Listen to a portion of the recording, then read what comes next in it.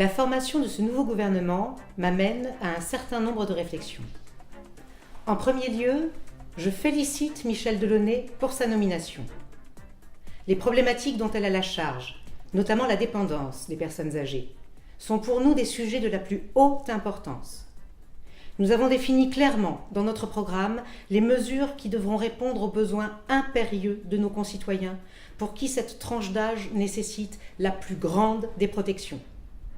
Il est impératif que la question de l'aide à l'autonomie relève des pouvoirs publics et de la solidarité nationale. Cependant, cette nomination pose question sur les législatives à venir. Michèle Delaunay a exprimé clairement le maintien de sa candidature. Je crains que, comme nous, nos concitoyens ne se reconnaissent pas dans une méthode qui consiste à se présenter à leur suffrage en sachant pertinemment que l'on ne siégera pas. L'Assemblée nationale doit être un sanctuaire. On ne peut pas admettre les jeux de chaises musicales car la représentation nationale n'est pas un jeu. On n'a pas le droit moral d'élire ou de faire élire des candidats de substitution.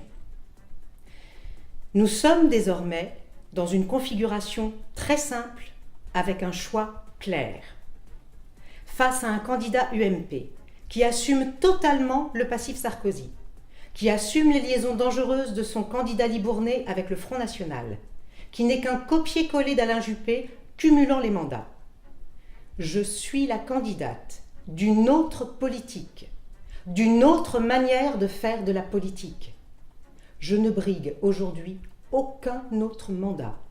Je ne suis aliénée à aucun système. En votant pour moi, les 10 et 17 juin prochains, vous prendrez l'assurance d'une députée qui portera pleinement et librement votre parole.